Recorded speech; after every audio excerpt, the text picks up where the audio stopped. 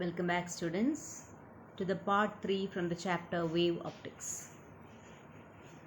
In this module, let us discuss about refraction of a plane wave, Doppler effect and interference of light. Now let us consider the three cases of refraction of a plane wave. In the first case, the plane wave is incident on a convex lens. After passing through the convex lens, we will get a spherical wavefront of radius f, where f is the focal length of the convex lens.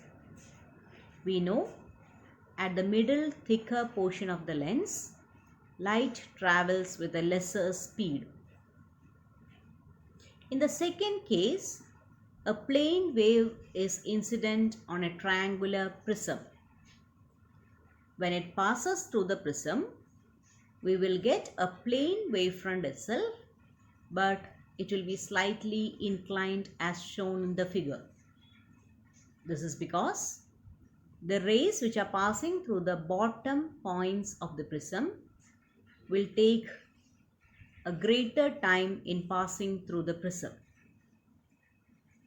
In the third case, a plane wavefront is incident on a concave mirror.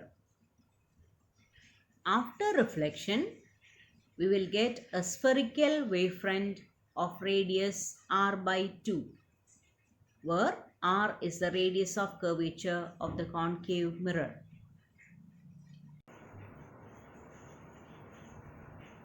By the time the ray reaches the center of the mirror, the rays from the other parts would have reflected. Now let us discuss about the Doppler effect in light.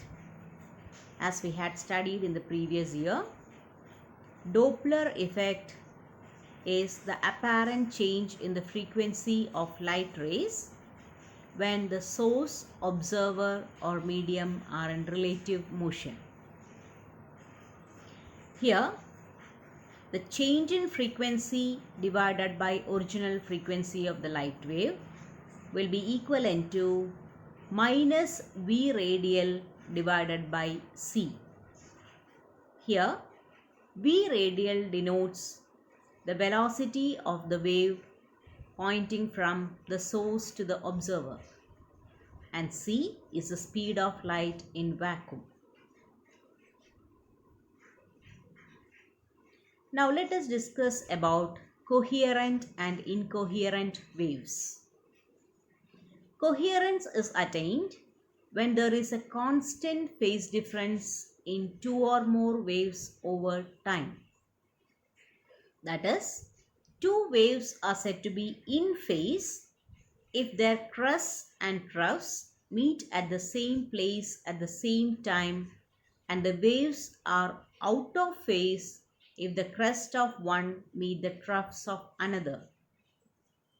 Light produced by lasers are coherent light. Now let us see what are incoherent waves. Incoherent light contains many different wavelengths due to which it is scattered. An example is the light from fire which emerges in every direction. While combining light waves, we have to note these points. That is, interference takes place only between waves with the same wavelength. A light source that has a single wavelength is called monochromatic. In constructive interference, component waves combine to form a resultant wave with the same wavelength but with an amplitude that is greater than either of the individual component waves. In the case of destructive interference, the resultant amplitude is less than the amplitude of the larger component wave. In brief, we can say Destructive interference occurs when two interfering waves are completely out of phase, and constructive interference occurs when two interfering waves are in phase. Now let us see constructive interference and destructive interference with the help of these pictures. In the case of constructive interference, wave 1 and wave 2 are having same amplitudes. So wave 1 plus wave 2 will give you double the amplitude of wave 1 or wave 2. In the case of destructive interference, the crest of one wave is meeting the trough of another. So in the resultant wave, no wave will be produced. That is, wave 1 plus wave 2 will be a straight line. Now let us see the conditions for constructive interference. If the initial phase difference is 0, then the interference waves must have a path difference of n lambda. That is, the distance between the paths of light rays reaching from two particular points to a common point must be a multiple of n times the wavelength lambda, where n is equivalent to 0, 1, 2, 3, etc. Now let us see the conditions for destructive interference.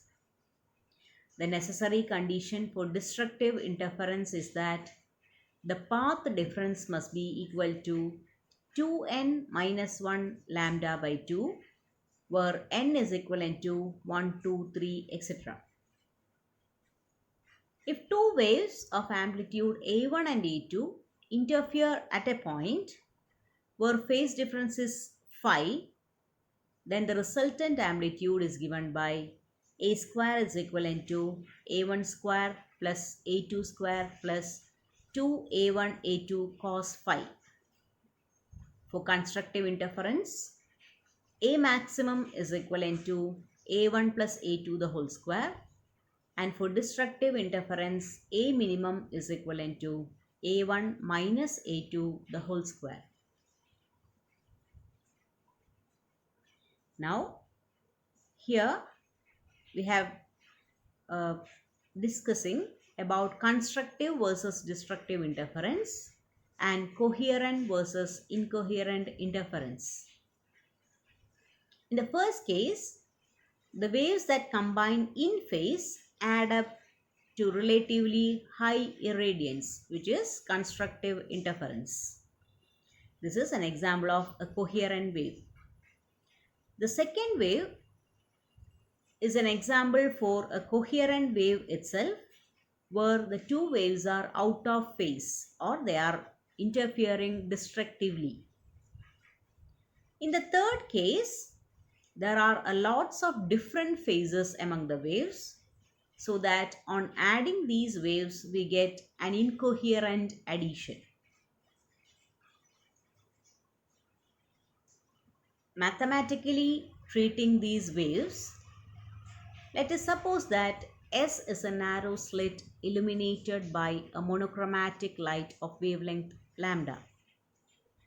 If S1 and S2 are the two narrow slits close to each other and equidistant from S, and if omega is the frequency of the waves, then the displacement y1 due to one wave from S1 at any instant is given by y1 is equivalent to a1 sin omega t, where a1 is the amplitude of the wave coming from S1. The displacement y2 due to the other wave from S2 at any instant t is given by y2 is equivalent to a2 sin omega t plus phi. Here, phi is the constant phase difference between the two waves. And according to the principle of superposition, the resultant displacement at P is the algebraic sum of the individual displacements. That is, y is equivalent to y1 plus y2. Now let us have an idea about path difference and phase difference. Phase difference is the difference in distance of two similar points from two waves and expressed as an angle in radians. Path difference between the distance traveled for each wave from the origin to a point of interference. Now, the relationship between phase difference and path difference is that path difference lambda corresponds to a phase difference of 2 pi radian.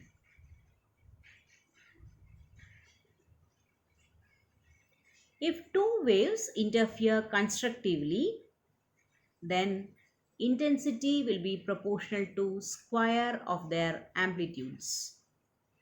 So, if two waves having a constant phase difference phi interfere, we will have the corresponding intensity I to be 4I0 cos square phi by 2. Here, I0 is the incident intensity and I is the resultant intensity. At a point where path difference is lambda, the phase difference will be equivalent to 2 pi radians. Hope you might have got an idea about phase difference, path difference, and also interference, the property of interference. Thank you, dears.